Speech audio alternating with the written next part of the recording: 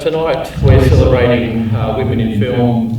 It's hang around, it'll be fantastic. I've had a number of conversations with Cody and she really is an inspiration, and the amount of new women coming through and making films, so it's fantastic.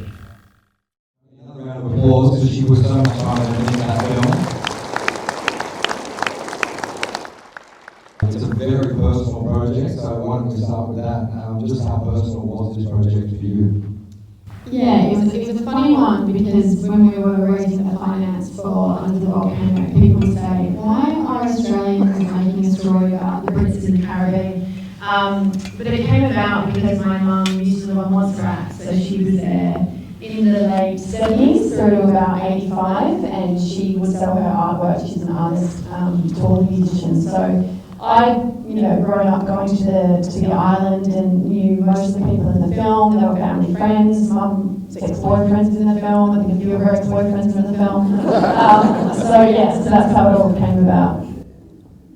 In terms of the personal aspect of the film, I think my favourite thing you told me was about Stevie Wonder. So can you explain that whole scenario? Yeah, tracking down a lot of the footage and the photographs was actually a bit of a mission for this film, but Stevie Wonder, that the recording that's in the film was quite incredible because I was talking one night about Stevie Wonder being on the island to my dad. I was in Fremantle, and he says to me, I think I've got a recording of Stevie Wonder singing in a bar somewhere in the attic of his house. And he went up there and he pulled out a cassette tape and firstly turned to me and said, have you ever seen one of these before? And I was saying, I'm not that young. And then we got it digitised, and it's an hour-long recording of Stevie singing all of his biggest hits, and then jamming about the studio and about the staff, which was pretty incredible. And Stevie was obviously one of many huge names in the film. A lot you did get access to, a lot you didn't. Tell us about some of the people you tried to track down, or maybe start with Stevie. Obviously that was an interesting one, and how that led you to Jimmy Buffett.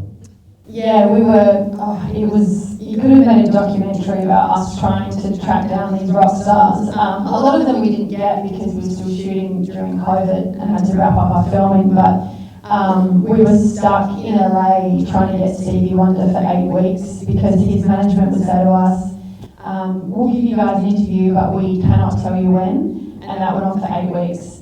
And then one night I just said, screw this, and Gracie, the director, said, let's go to San Francisco and interview Roger Glover from Deep Purple. And when we got there, they said to us, well, the only place you can interview him is in the women's bathroom. So we shot him in a toilet.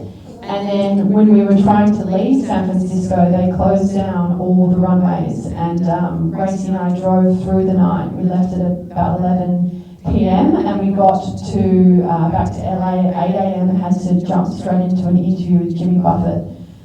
So we were incredibly tired, but he was fantastic because after the interview he said, who else do you need? And he started firing off emails to Paul McCartney and CCing in Gracie and I to his personal email address, and then he was doing Mark Knopfler, and he went through his whole Rolodex and emailed pretty much every famous rock star in the world and told them to jump on board, which was quite incredible. And you were saying that Mark was difficult, so give us an overview of your experience getting Mark involved in the film. Yeah, Mark Knopfler from the Dire Straits was a nightmare. We called him Grumpy Mark for a few years, but we tried about 5 times to get him, and he kept saying no. And then one day we went to his recording studio to try to meet him in person, and his studio manager said, I really hate to tell you guys this, but Mark Knopfler hates your film, and he's never going to do it. And so we went off on a rant to this poor guy saying, we're just trying to make a documentary, and he felt so bad that he went home to his wife that night and said, I just met these 2 girls and I feel so sorry for them trying to make this film. And that woman was Mark Knopfler's PA, and she said to him, you've got to do this poor documentaries before these girls have a heart attack. And by that stage we'd flown back to Australia, so we did London twice in 48 hours and went back there to get the interview. Totally worth it. I don't know. And Jimmy Buffett, you were saying you got there at 7:30, set everything up, ready to go for an 8 o'clock interview. It didn't happen straight away. Why was that? No, he turned to me and said, "Do you mind if I just go out for a quick surf?" And my partner's a surfer, and I knew exactly what was going on. And Gracie, the director, said, "No, go for it." And he was out there for 2 hours, and because we hadn't slept, we'd driven all night to this interview. We were both just sitting there trying not to fall asleep, but it was worth it in the end. And Jimmy Buffett has been fantastic. He's been emailing us, asking about how the film's going, and pretty much everyone we interview has now become a great friend of ours, which is really nice. So yeah, he's been very involved, and he's fantastic. I think for me, one of the things I really valued about it was that I knew George Martin as the Beatles. I had no idea about George Martin post-Beatles. What was it like getting in contact with George's family? That was proving a little bit difficult to start off with. Yeah, when I had the idea to make the film, there's a guy in the film called Malcolm Atkin, who's the engineer. He's sitting there in the shed. He was in Perth, seeing my parents one night, and I joined them for dinner.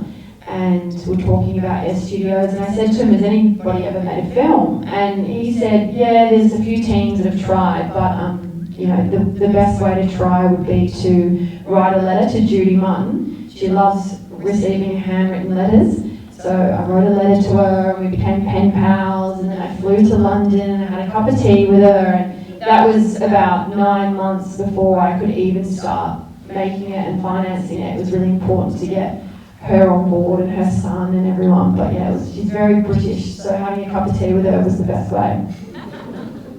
And it's very personal, obviously, but I didn't know about the hurricane, about the volcano. I don't know why it didn't really make much of an impact here in Australia. I'm a journalist, so it sounds really bad.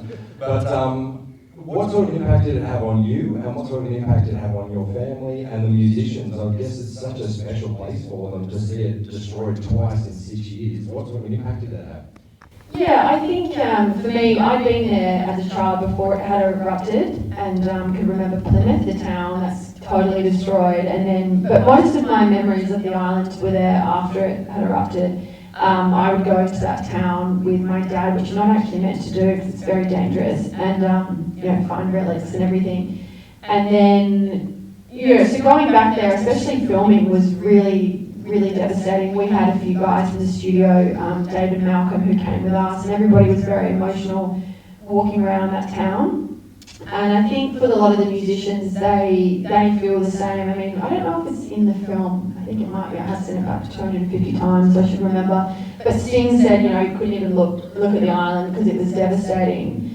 But I think for the local people, what I was really surprised about was how positive they were. I was expecting to get more emotion out of them than the musicians, but as Rose, the radio host, says, it's part of Montserrat's history now, and the island has changed and grown, and they're really positive about it. So I think that was really nice for all of us to see, and gave a certain level of peace, I think, to making a film like this, which is quite devastating with what happened. And obviously, when you started putting this together, you couldn't have accounted for COVID. It affected how you could get in contact with some of the musicians, and it affected the editing process. Tell us a little bit about that.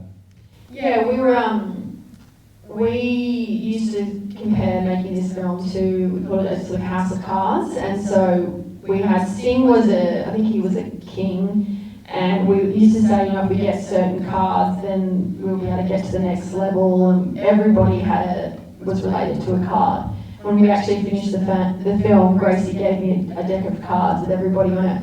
But we were in the final throes. We were trying to get Paul McCartney, who was an ace, and Elton John, who was an ace, and we were sitting down with Elton's husband the week that COVID hit, and we met with him, and then he said to us, "We've got to get out of Australia." They were here touring. He said, "We've got to get out because COVID's happening," and so we were really close to getting some of those final interviews, and then COVID, but at least we were able to finish the film. And in terms of the theme you were talking about during the editing process, you probably almost discovered something more about the film you hadn't realised was there when you started making it? Yeah, I mean, we always knew that this was a film about the studio, and that was the heart of it, and George Martin, but when we went into the edit through COVID, I was in West Australia, Gracie, the director, was in Sydney, and Karen, our editor, was in regional New South Wales. And so we were all separated from each other, kind of like the police in the studio, trying to finish this thing.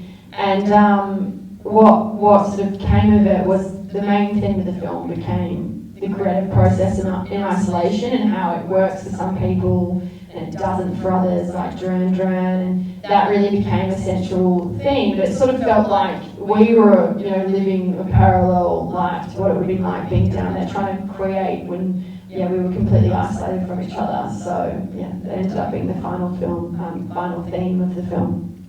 And when you started researching, did you realise just how many amazing songs were made there? Did you ever consider that? Because I think during the whole film I was there going, I can't believe just how many, and probably the best songs from some of those bands actually came out of that studio. Yeah, I knew that a lot of them had come out from the studio. My dad was a musician, and so growing up he would say, oh, this song was recorded in Montserrat. But he also told me a lot of lies about songs that weren't recorded in Montserrat, which was quite embarrassing in an interview. He told me that Baker Street was recorded there. He did a few different lies along the way that I kept correcting on, but there was rumours about other albums that were made down there, so researching really thoroughly was very important. We actually had a journalist fact check it for us to make sure that we didn't make any mistakes, which I don't think we did, thank God.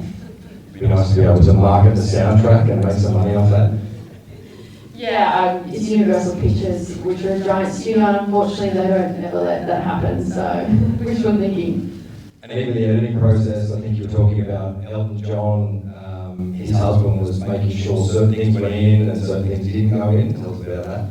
Yeah, when you make a film like this, we had to show this to everybody who's in it. Even Paul McCartney, just being in the archive, he still had to sign off, and he wrote us a beautiful note. But with Elton John, we had to send in the film, and his husband, who controls Elton's life, made us cut out certain dances in that video clip for I'm Still Standing, because they were Elton's ex-boyfriends. So we had to cut around dances, and they said if you don't do that, we won't give you the music. And also we had a huge story in the film about Elton John proposed to a woman on Montserrat, Renata, who was suing him at the time we were in the edit, and they said to us, if you don't remove that, then you can't have any of Elton's music. So that happened in bits and pieces with other bands as well. So it's kind of what happens when you're dealing with people that never. And why do you think Sting was so keen to get on board so early? Because he was one of the key, drivers of the project to start off with. I still don't know. I sometimes wonder if Mum had an affair with Sting, because he was the first person that we asked before anyone jumped on board, and he said yes. So I'm quite sus, because everybody else was very hard to get, but he was very easy, so I'm not sure. Did you contemplate at any stage putting Mum in the film?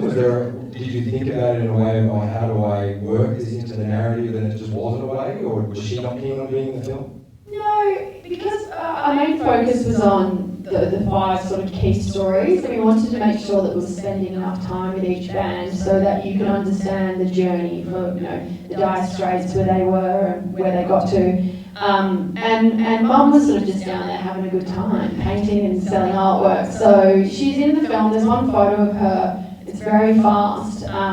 But yeah, I would have loved to have had her in there, but it just sort of didn't feel like it fitted into the film. Poor Mum. I feel quite bad about that. I ask her all the time. You described it to me as a bit of a love letter to your mum. What was her reaction to the film? Oh, she loved it. And I think as well because all the local people of Montserrat are some of our oldest friends. Rose, who runs the radio station, and Danny the windsurfer. And yeah, she's been really emotional at times at screenings watching it, and I think it was an island that really started her career as an artist. She began painting down there, and she's now done 50 children's books in 40 years. So Montserrat was a huge part of that. The first book she ever did was about the island. And then it was my first sort of big feature film, so it's sort of nice for it to come full circle, and the island means so much to both of us, so yeah, it was really special. And I probably should have asked this earlier, but in terms of the creative process, what would you say, start to finish, how long did it take to put together that 90-minute film? There was months of trying to get Judy Martin on board, and then it took about 2 years to raise the finance for it because it's very expensive with all the music rights. And then it was a year that we were making it, and then a year that we were waiting for it to come out throughout COVID. So all lasted around like 4 to 4.5 years. And I was saying to friends of mine that were here tonight, it's quite embarrassing because you come up with an idea to make a documentary, and then 4 years later people are saying to you, are you still making that documentary? And you're like, yes. So, you know, it's, I was very happy when it's out into the world that I don't have to answer that question anymore. So what's next? I've got 8 films on the go at the moment, so 4 documentaries and 4 feature films, and the only one that I guess is similar to Under the Volcano is a documentary about Patty Boyd, who was George Harrison and Eric Clapton's ex-partner, and she inspired Layla and Wonderful Tonight and all these fantastic tracks. So we're working on that at the moment, alongside the other 7. All right, ladies and gentlemen, please thank Cody Greenwood.